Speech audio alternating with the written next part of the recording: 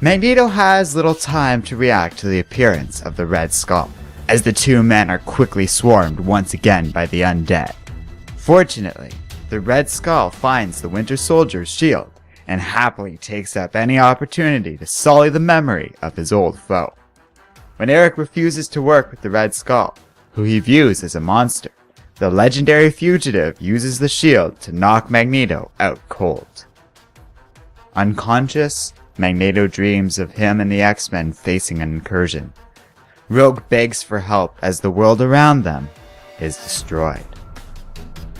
Eric wakes up sometime later and finds himself being dragged through the jungles of the Deadlands. Magneto threatens his captor, but the Red Skull knows that the mutant is no danger to him so long as Eric wears the inhibitor collar. The villain takes Magneto to a secret hideout, held within the mouth of a defunct sentinel.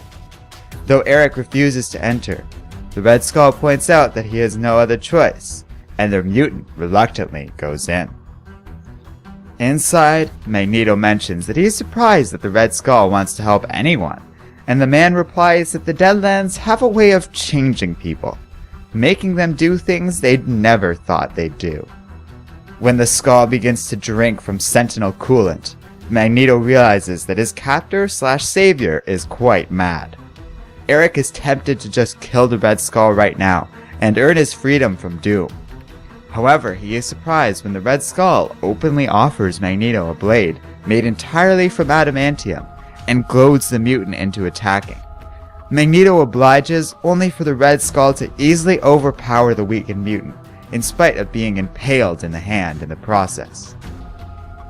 Still, the Red Skull is impressed, even letting Magneto keep the dagger as a sort of participation award just for having tried. The villain finally manages to persuade the mutant to join forces with him after offering to remove Magneto's collar. Together, the two men set out for New Xandar. Crossing the sea, the Red Skull asks Eric what people say of him in Doom's world. When Magneto says that everybody thinks he is dead, the Red Skull comments that both men are only really guilty of not believing Doom is a real god.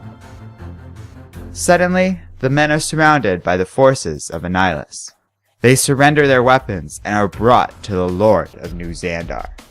The Red Skull offers to Annihilation a way past the wall and into the rest of Battleworld, presenting Magneto as their way out.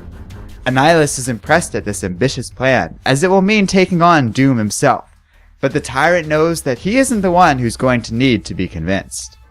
Magneto is furious, as all he wants is not war, but to be free.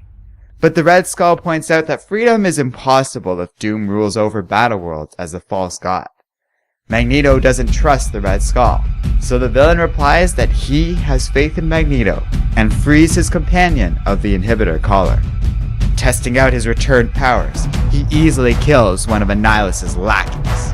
The tyrant is furious at this, but the Red Skull holds him off, asking what Magneto will do now that he is free, and the Red Skull's life is now in the mutant's hands. Frustrated, Magneto flies into a rage, unleashing his full power and tearing the surrounding room into pieces. Annihilation is enraged at this, but the Red Skull knows what is happening, and that everything will be okay. Taking the debris from this outburst, Magneto surrounds himself in armor and asks to be taken to where the wall is at its weakest. The shield will fall, Doom's rule will end, and then Battleworld will belong to the Red Skull.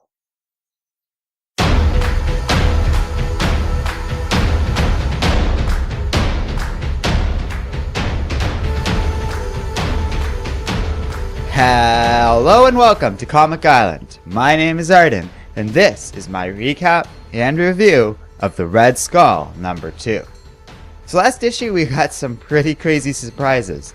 The whole experience was unexpected, but a lot of fun. But I didn't get into issue number 2 expecting the same level of a plot twist as in issue number 1. You just can't top that sort of thing. Still, issue number 2 offers something very different. The whole plot and aesthetic still remind me of the movie Apocalypse Now, which is good because that's a pretty great movie. The comic is also mostly just an extended conversation between Magneto and the Red Skull, followed by a rather awesome negotiation with Annihilation. But the dialogue is well written, the dynamic between these characters is interesting enough, the comic carries on these quite nicely. Who knows that he has to put himself out there and take some pretty big risks to escape the Forbidden Zones, and proves to be perfectly willing to do things like put his life in Magneto's hands if it means he can take over Battleworld. The only thing I don't like completely is the art. It works well to convey the vivid, merciless nature of the Deadlands, but once we start crossing into New Xandar, the art doesn't function as well, and it doesn't convey the new domain or the return of Magneto and his powers with the appropriate level of tension I feel these moments should have. It's not a problem that breaks the comic, but it is a flaw. Consider it a weakness in the art that holds down an otherwise fun comic. But it all still deserves a recommendation for being one of the more interesting and fun of the Secret Wars tie-ins, easily ranking with some of the best we've seen come out of Battleworld.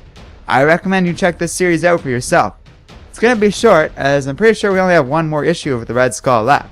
But it's been a fun, unpredictable ride, and I honestly have no idea what's going to happen next. My guess is that it's probably not going to go well, considering they're not going to have Doom being overthrown in a tie-in, but we'll have to see when we get there. So let me know what you think will happen in the comment section below. And as always, don't forget to like, subscribe, and keep reading comics.